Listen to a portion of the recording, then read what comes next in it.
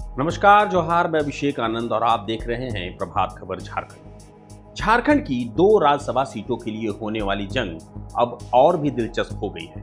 मुख्यमंत्री हेमंत सोरेन और कांग्रेस के वरिष्ठ रणनीतिकार के राजू की आज हुई मुलाकात ने राज्य की सियासत में एक बड़ा संदेश दे दिया है। क्या कांग्रेस और जेएमएम के बीच अब कड़वाहट पूरी तरह खत्म हो गई है?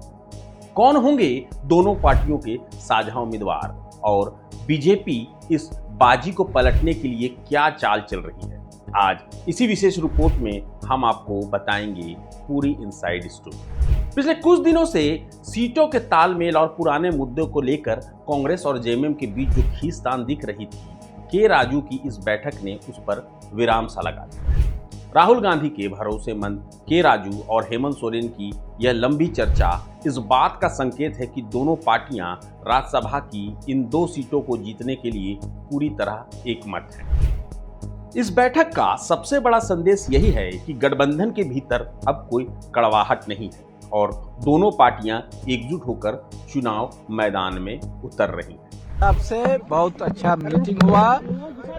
एआईसीसी हाईकमांड ने श्री मल्लू भट्टी जी को डिप्टी सीएम तेलंगाना को भेजा। बहुत अच्छा बात हुआ। दोनों पार्टी जेएमएम और गठबंधन पार्टीज का एक ही उम्मीद है, दोनों सीट्स हम जीतना, बीजेपी को हराना।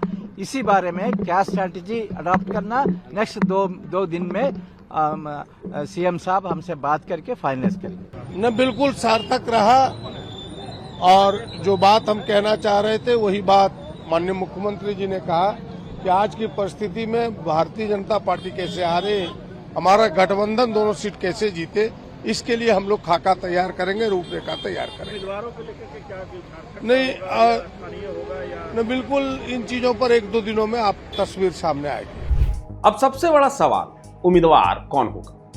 सूत्रों की माने तो गठबंधन में तय हुआ है कि एक सीट जेएमएम के पास रहेगी और दूसरी कांग्रेस को दे दी जाएगी, जैसा कि कयास लगाया जा रहा है।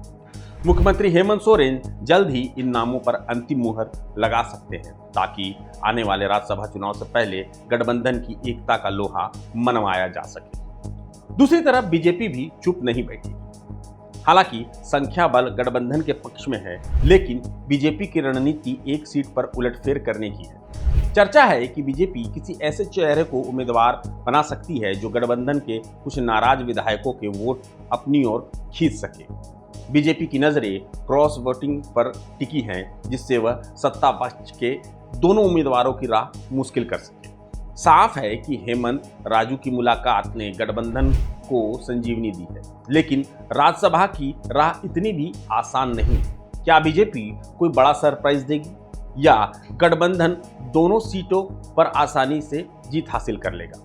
आपको क्या लगता है? हमें कमेंट सेक्शन में जरूर बताएं और ऐसी ही सटीक और निष्पक्ष खबरों के लिए देखते रहिए प्रभात खबर झारखंड। धन्यवाद। जोहार। प्रभातखबर.com, विश्वास वही, रफ्तार नहीं।